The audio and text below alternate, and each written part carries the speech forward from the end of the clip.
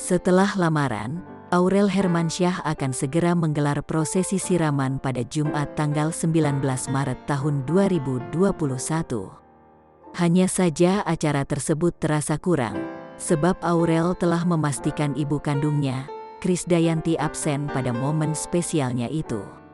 Dalam prosesi tersebut, kata pihak wedding organizer, WO, Lukman, Aurel Hermansyah juga tak banyak mengundang tamu. Hal itu disampaikan dalam video yang diunggah di kanal YouTube Intens Investigasi, Jumat tanggal 19 Maret tahun 2021. Lukman membeberkan bahwa acara siraman itu nantinya hanya dihadiri 20 orang dari keluarga terdekatnya. Hal itu diketahui dalam video yang diunggah di kanal YouTube The Hermansyah A6, Rabu tanggal 17 Maret tahun 2021. Mimi, Krisdayanti, nggak bisa datang, kata Aurel Hermansyah. Di sisi lain, Ashanty sebagai ibu sambung Aurel mengatakan, telah memberitahu Krisdayanti untuk hadir dalam acara tersebut.